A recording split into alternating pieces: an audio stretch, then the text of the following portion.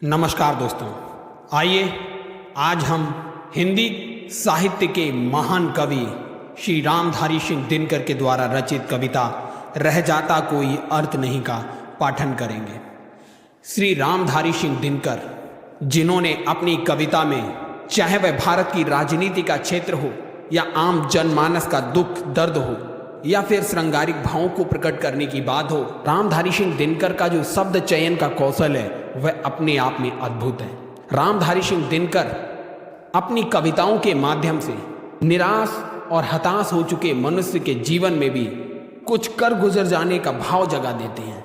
तो आइए पढ़ते हैं श्री रामधारी सिंह दिनकर के द्वारा रचित रह जाता कोई अर्थ नहीं कविता।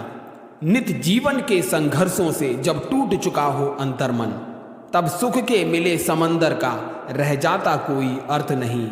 जब फसल सूख कर जल के बिन, जब फसल सूख कर जल के बिन तिनका तिनका बन गिर जाए, फिर होने वाली वर्षा का रह जाता कोई अर्थ नहीं। संबंध कोई भी हो लेकिन यदि दुख में साथ न दें अपना, फिर सुख में उन संबंधों का रह जाता कोई अर्थ नहीं। छोटी छोटी खुशियों के क्षण निकले जाते हैं रोज जहां, फिर सुख की नित्य प्रतीक्षा का रह जाता कोई अर्थ नहीं।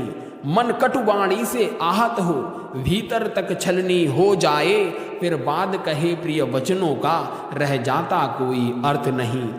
सुख साधन चाहे जितने हो, सुख साधन चाहे जितने हो, पर काया रोगों का घर हो, फिर उन अगणित सुविधाओं का, फिर उन अगणित सुविधाओं का रह जाता कोई अर्थ नहीं। फिर उन अगणित सुविधाओं का रह जाता कोई अर्थ नहीं।